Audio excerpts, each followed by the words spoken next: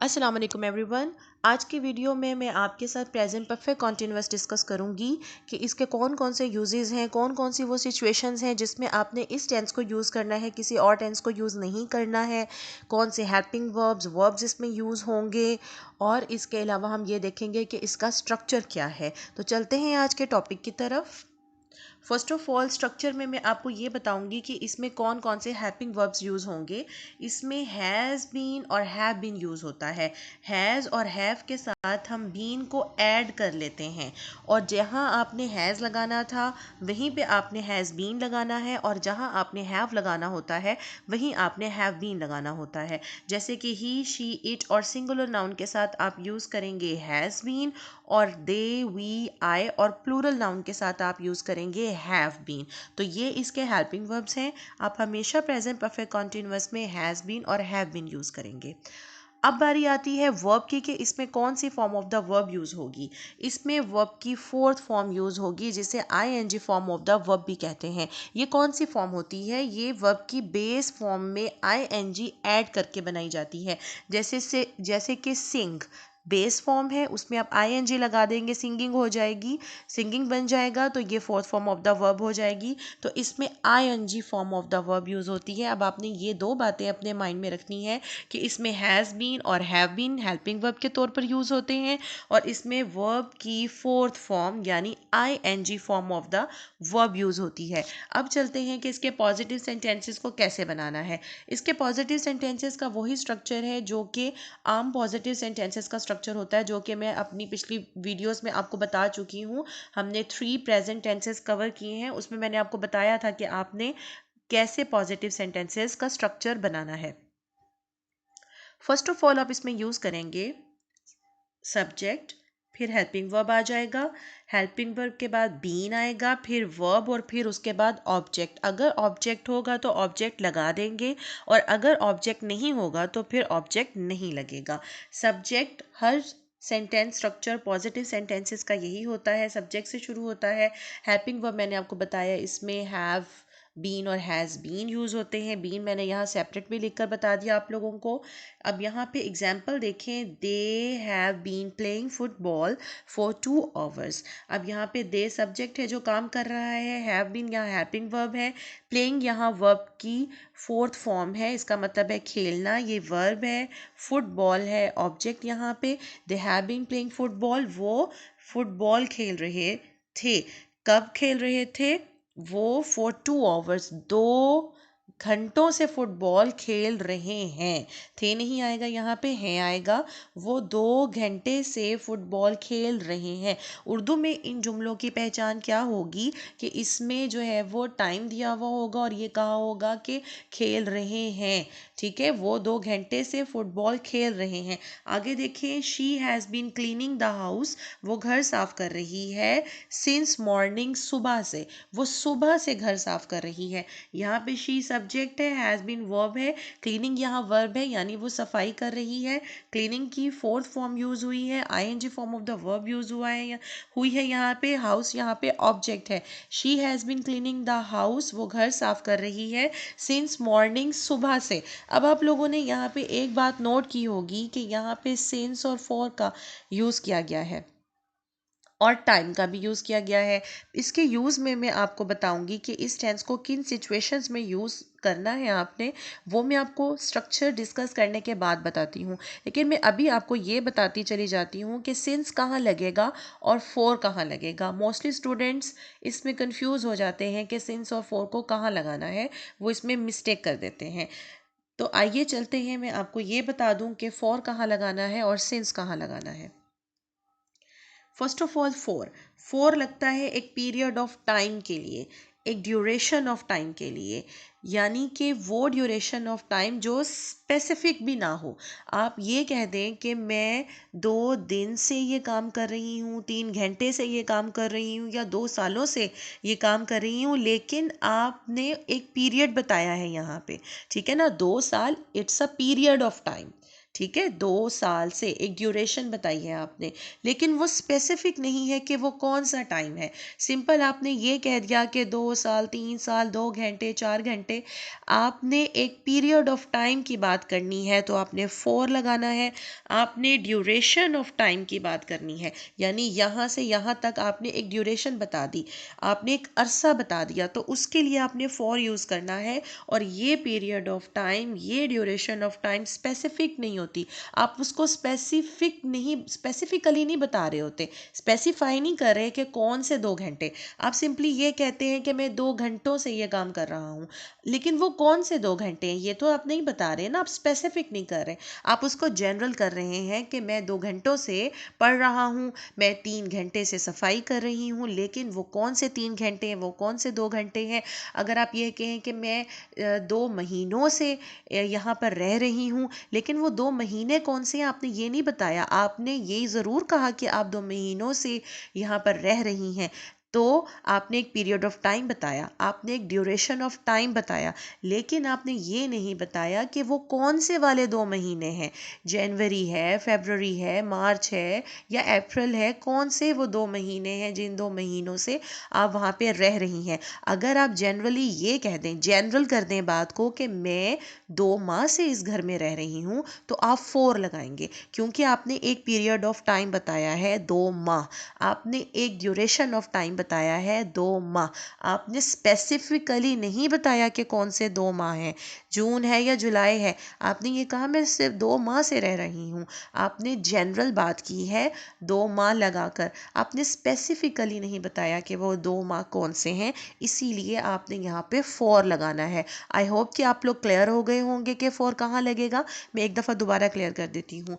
आपने एक period of time के लिए, एक ड्यूरेशन ऑफ टाइम के लिए, यानी कि मैं इतने सालों से, इतने महीनों से ये काम कर रही हूँ, ये खा रही हूँ, यहाँ रह रही हूँ, उसके लिए, और वो टाइम जो स्पेसिफिक नहीं है, तो उसके लिए आपने फॉर लगाना है। अगर एग्जाम्पल के थ्रू इसको समझेंगे तो ज़्यादा समझ आएगी।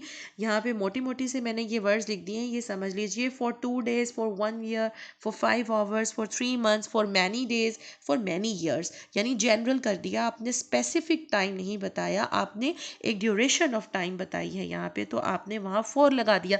सिंस कहाँ लगाना है? सिंस लगाना है स्पेसिफिक पॉइंट इन टाइम, यानी कि एक स्पेसिफिक टाइम जब आप बता दें, एक स्पेसिफिक पॉइंट बता दें जब आप किसी काम के करने का, फिर आपने सिंस लगाना है। जैसे कि पूरे दिन में आप देखिए 3 तरह के टाइम है, मॉर्निंग है, आफ्टरनून है, उसके अलावा इवनिंग भी है और नाइट भी है।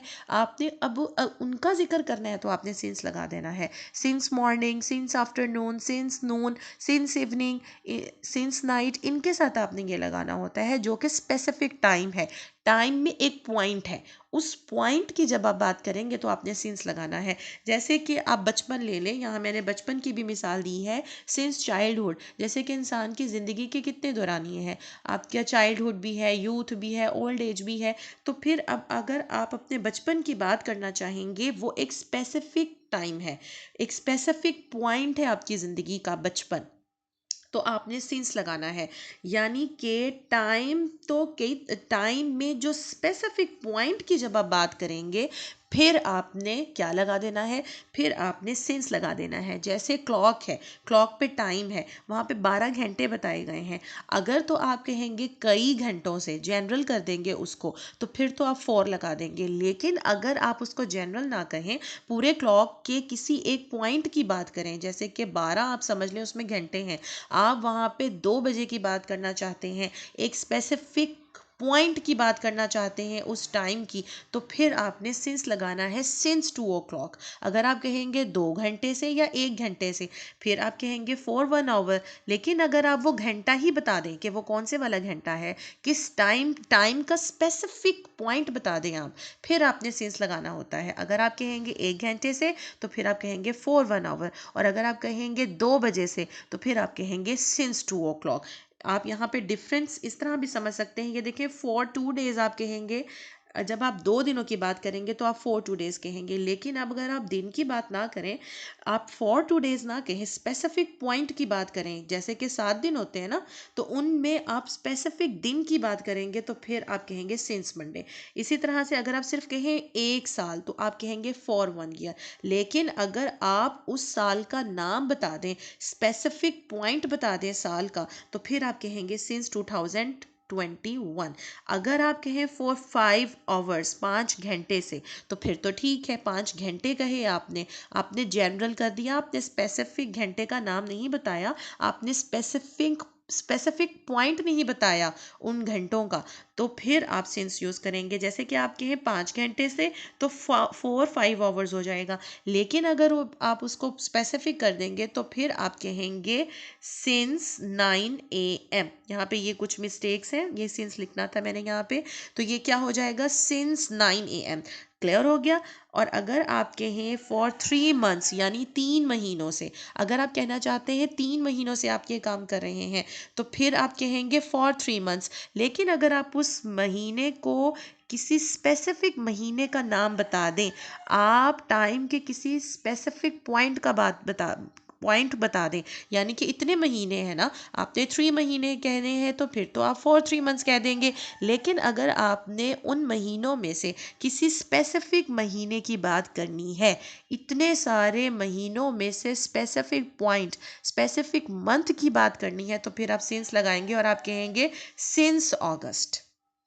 क्लियर। इसी तरह से अगर आप 5 मैनी डेज कह दें, फॉर मैनी डेज, अगर आप बहुत दिनों की बात करना चाहते हो, कई दिनों से, तो फिर आप फॉर मैनी डेज कहेंगे।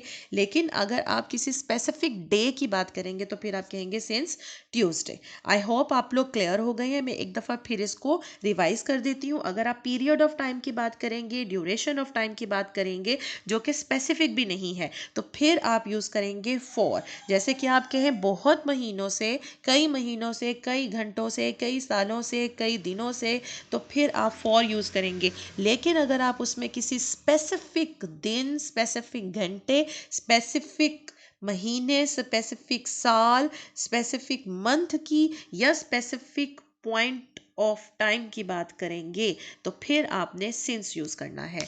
आगे चले, नेगेटिव सेंटेंसेस कैसे बनाने हैं। सब्जेक्ट आ जाएगा, helping verb, not, been, verb और ऑब्जेक्ट आ जाएगा। वी सब्जेक्ट है यहाँ पे, हेल्पिंग वर्ब क्या है, we have not been swimming for 2 hours, 2 घंटे से हम स्विमिंग नहीं कर रहे हैं। तो यहाँ पे वी सब्जेक्ट है, हैव यहाँ हेल्पिंग वर्ब है, नॉट आ गया, बीन आ गया, वर्ब स्विमिंग आ गया, फॉर 2 आवर्स आ गया, यहाँ पे टाइम बताया गया है। Sara has not been singing a song since afternoon, दोपहर से वो गाना नहीं गा रही है, तो यहाँ आपने सिंस आफ्टरनून। अब यहाँ देखें, यहाँ पे 2 घंटे थे, उसने ये नहीं बताया कि वो 2 बजे से गाना, वो 2 बजे से वो स्विमिंग नहीं कर रहे हैं, तो फिर आपने यहाँ पे फॉर लगाया। आपने यहाँ पे 2 घंटे कहा, फॉर 2 आवर्स, एक पीरियड ऑफ टाइम बताया, एक ड्यूरेशन बताई है कि 2 घंटे, ये ड्यूरेशन है, अरसा है एक, 2 घंटे से वो स्विमिंग कर रहे हैं, तो आपने यहाँ पे फॉर लगाया। नेक्स्ट एग्जाम्पल में जो सारा है वो गाना गा रही है, गाना नहीं गा रही है दोपहर से, तो दोपहर जो है ये तो एक स्पेसिफिक पॉइंट इन टाइम है, टाइम का आपने स्पेसिफिक पॉइंट बताया है आफ्टरनून, तो आपने यहाँ पे सिंस लगा दिया। सारा subject, has helping verb, not आ गया, बीन सिंगिंग यहाँ वर्ब है, सॉन्ग यहाँ ऑब्जेक्ट है, और आपने उसके बाद यहाँ पे सिंस आफ्टरनून टाइम लगा दिया। इंटरोगेटिव सेंटेंसेस कैसे बनाएंगे, सबसे पहले हेल्पिंग वर्ब आएगा, फिर उसके बाद हेल्पिंग वर्ब के बाद क्या आएगा, हेल्पिंग वर्ब के बाद आएगा सब्जेक्ट, सब्जेक्ट के बाद बीन, फिर वर्ब और फिर ऑब्जेक्ट आ जाएगा। जैसा कि हमारा सिंपल एक बाकी टेंसेस का भी जैसे इंट्रोगेटिव सेंटेंसेस का स्ट्रक्चर होता है, सेम उसी तरह से इसका स्ट्रक्चर होता है। आपने यहाँ पे हेल्पिंग वर्ब इसी टेंस के लगाने हैं, वर्ब इसी टेंस के लगानी है, और अगर सिंस और फॉर, यानी कि अगर टाइम का जिक्र होगा तो फिर आपने टाइम लगाना है, और अगर टाइम का जिक्र नहीं है तो फिर आपने टाइम का जिक्र नहीं करना, बस उसका मतलब समझ आ जाएगा कि आप ये काम जो है वो कर रहे हैं। कैसे, have I been sleeping since morning, यहाँ देखें, यहाँ कोई ऑब्जेक्ट नहीं है, तो ऑब्जेक्ट के बगैर है तो हमने यहाँ ऑब्जेक्ट नहीं लगाना, ज़रूरी नहीं है कि ऑब्जेक्ट नहीं है तो आपने ऑब्जेक्ट लगाना ही है। हैव हेल्पिंग वर्ब हो गया यहाँ पे, आई यहाँ सब्जेक्ट हो गया, मैं, बीन यहाँ लगाना है, स्लीपिंग यहाँ वर्ब की फोर्थ फॉर्म आ गई, सिंस मॉर्निंग यहाँ टाइम आ गया। क्या मैं सुबह से सो रही हूँ? तो यहाँ क्या हो गया, इंटरोगेटिव सेंटेंस का स्ट्रक्चर मैंने आपको बताया। एक और एग्जांपल देखें प्लूरल सब्जेक्ट के साथ। यहाँ असलम और रज़ा दो लोग हैं, तो ये प्लूरल सब्जेक्ट हो गया। और मैंने आपको बताया था कि प्लूरल सब्जेक्ट के साथ आपने हैव लगाना है। Have Aslam and Raza been playing cricket for many hours. यहाँ पे स्पेसिफिक पॉइंट ऑफ टाइम था मॉर्निंग, तो हमने सिंस लगाया था। Since morning, since afternoon, since noon, since evening, since night, यहाँ पे आ गया। लेकिन यहाँ पे क्या है, कई घंटों से वो खेल रहा है, तो स्पेसिफिक टाइम नहीं है, जनरल टाइम बताया गया है, एक ड्यूरेशन बताई गई है। यहाँ पे स्पेसिफिक पॉइंट ऑफ टाइम बताया गया था और यहाँ पे ड्यूरेशन ऑफ टाइम बताया गया है, तो फिर आपने क्या लगाया, फॉर लगा दिया। ठीक है, यहाँ पे आपका जी ऑब्जेक्ट भी है, क्रिकेट यहाँ पे ऑब्जेक्ट है, हैव यहाँ हेल्पिंग वर्ब है, असलम एंड रज़ा यहाँ सब्जेक्ट है, बीन आ गया, प्लेइंग यहाँ वर्ब है, क्रिकेट यहाँ ऑब्जेक्ट है और यहाँ आपने टाइम भी मेंशन किया हुआ है। I hope you are clear now. आगे चलते हैं यूजेस। इस टेंस को हमने कहाँ कहाँ यूज़ करना है, क्या स्पेसिफिक यूजेस हैं इसके। इस टेंस को हमने यूज़ करना है for an action that begin in past, जो कि पास्ट में शुरू हुआ, एंड इज स्टिल कंटिन्यूइंग, अभी भी हो रहा है, एंड में कंटिन्यू फ्यूचर, और पास्ट में भी फ्यूचर में भी वो हो सकता है। यानी एक काम जो पास्ट में हुआ, प्रेजेंट में भी हो रहा है और वो फ्यूचर में भी हो सकता है, उसके लिए हम इस टेंस को यूज़ करते हैं। यानी एक काम पास्ट में शुरू हुआ और वो शुरू होता हुआ प्रेजेंट तक जारी है, अभी भी हो रहा है, और ये भी पॉसिबिलिटी है कि वो अगले घंटे, अगले कुछ लम्हे भी जारी रहे, तो ऐसे एक्शन के लिए हमने इस टेंस को यूज़ करना होता है।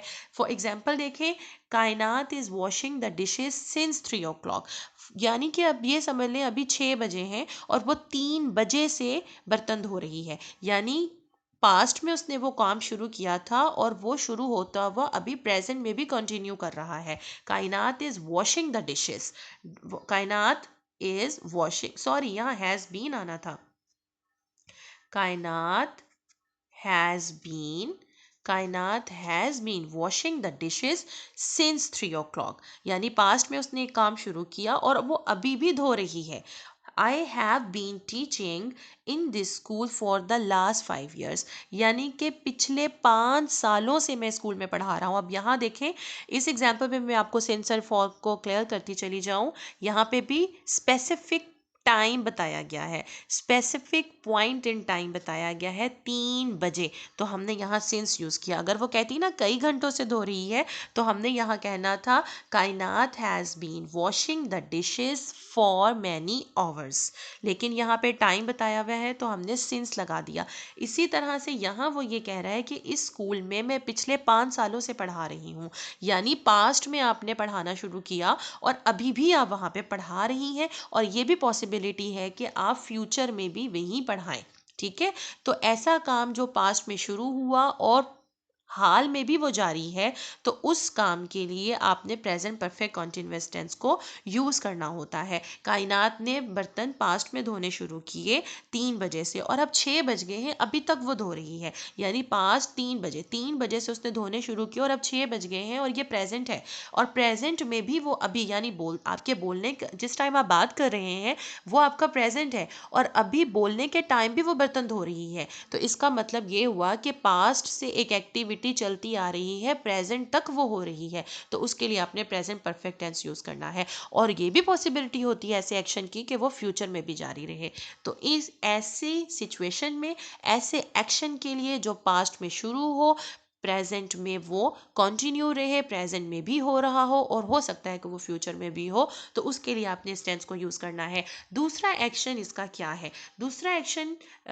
वो है जिसके लिए आपने इस टेंस को यूज़ करना है for an action that is now ended, यानी पास्ट में वो काम हुआ और वो अब ख़त्म हो गया है, लेकिन फिर भी आपने प्रेजेंट परफेक्ट कॉन्टिन्यूअस टेंस को यूज़ करना है। बट वाई, क्यों यूज़ करना है? आपने इसको यूज़ करना है when you want to emphasise on the continuity of an action. आप एक्शन की कंटिन्यूटी को एम्फेसाइज करना चाहते हैं, आपका एम्फेसिस जो है वो किस पर है, is on the continuity of an action. Activity action की कंटिन्यूटी पे आपका एम्फेसिस है। क्यों? क्योंकि आप किसी चीज़ की एक्सप्लेनेशन देना चाहते हैं या आप किसी चीज़ का एक्सक्यूज़ देना चाहते हैं। ये बात क्लियर रखें, ये बात अपने माइंड में रखें कि प्रेजेंट परफेक्ट टेंस का एक यूज़ तो ये है कि आपने इसको एक ऐसे एक्शन के लिए यूज़ करना होता है जो पास्ट में शुरू हुआ, प्रेजेंट में भी हो रहा है और हो सकता है वो फ्यूचर में भी हो, लेकिन आपने इसको एक ऐसे एक्शन के लिए भी इस्तेमाल करना है जो पास्ट में हुआ और अब एंड हो गया, ख़त्म हो गया, लेकिन आप उस एक्शन की कंटिन्यूटी पर फोकस करना चाहते हैं, स्ट्रेस करना चाहते हैं, आप उसकी कंटिन्यूटी को एम्फिसाइज करना चाहते हैं। क्यों?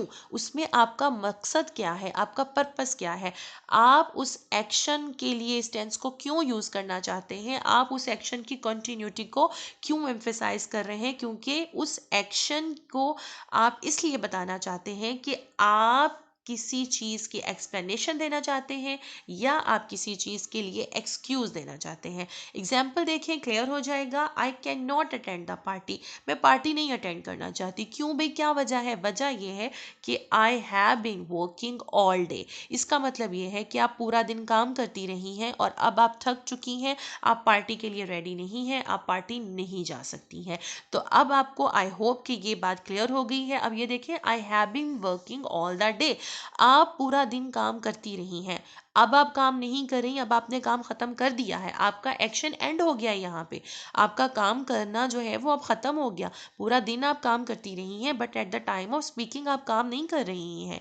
ठीक है, प्रेजेंट में वो काम नहीं आया, प्रेजेंट में वो काम नहीं आया, आपने पूरा दिन काम किया but at the time of speaking आपका वो काम ख़त्म हो गया है, लेकिन आप फिर भी उसकी कंटिन्यूटी पर एम्फिसाइज कर रही हैं, आप स्ट्रेस करना चाहती हैं उसकी कंटिन्यूटी पे, क्योंकि आप ये बताना चाहती हैं, आप एक एक्सक्यूज़ देना चाहती हैं कि आप पार्टी अटेंड नहीं कर सकती। तो ऐसे एक्शन के लिए जो पास्ट में शुरू हुआ लेकिन ख़त्म भी हो गया, लेकिन फिर भी आप प्रेजेंट परफेक्ट कंटिन्यूअस टेंस को यूज़ करेंगे, क्योंकि आप उस एक्शन की कंटिन्यूटी को एम्फेसाइज करके किसी चीज़ की एक्सप्लेनेशन देना चाहते हैं, किसी चीज़ के लिए एक्सक्यूज़ देना चाहते हैं। दूसरी एग्जाम्पल देखें, माई हैंड्स आर डर्टी, मेरे हाथ गंदे हैं। अब आप इसकी वजाहत करना चाहती हैं कि क्यों आपके हाथ गंदे हैं, तो उसकी वजाहत आप कैसे करेंगी? आप उसकी वजाहत में ये कह रही हैं कि I have been working in the garden. वजह क्या है? वजह यह है कि मैं गार्डन में काम करती रही हूँ। गार्डन में काम किया, मट्टी से काम किया होगा, मट्टी के साथ, तो आपके हाथ गंदे हो गए। तो यहाँ पे आप अपने गंदे हाथों की रीज़न बता रही हैं, आप अपने गंदे हाथों के लिए एक्सप्लेनेशन दे रही हैं, और वो एक्सप्लेनेशन क्या है? That you have been working in the garden. I hope कि मैं क्लियर हो गई हूँ, आप लोग बिल्कुल क्लियर हो गए हैं, और मैंने आपको बिल्कुल क्लियरली ये बता दिया है कि आपने किन 2 सिचुएशंस में इस टेंस को यूज़ करना है। आपने यूज़ करना है इस टेंस को उस एक्शन के लिए जो पास्ट में शुरू हुआ और वो प्रेजेंट में कंटिन्यू रहा, यानी कि पास्ट में वो एक काम पास्ट में शुरू हुआ और वहाँ से होता वो प्रेजेंट तक आया और प्रेजेंट में भी वो काम हो रहा है, और पॉसिबिलिटी ये है कि वो काम फ्यूचर में भी होगा। यानी कि कायनात बर्तन धो रही है 3 बजे से और अब 6 बज गए हैं, अभी तक वो बर्तन धो रही है, at the time of speaking भी वो बर्तन धो रही है, और ये भी हो सकता है कि अगले 5-7 मिनट तक भी वो बर्तन धोती रहे। तो इसी तरह से I have been teaching in this school for the last 5 years, कि पिछले 5 साल से मैं स्कूल में पढ़ा रही हूँ, यानी कि पास्ट में मैं स्कूल में पढ़ा रही थी और at the time of speaking जो कि प्रेजेंट हो गया, अभी भी मैं स्कूल में पढ़ा रही हूँ और हो सकता है कि मैं आगे भी स्कूल में पढ़ाती रहूँ। और दूसरा मैंने आपको ये बताया कि उस एक्शन के लिए आपने इस टेंस को यूज़ करना है जो कि पास्ट में शुरू हुआ लेकिन वो फिर ख़त्म भी हो गया है, अब वो जारी नहीं है, ख़त्म हो गया है,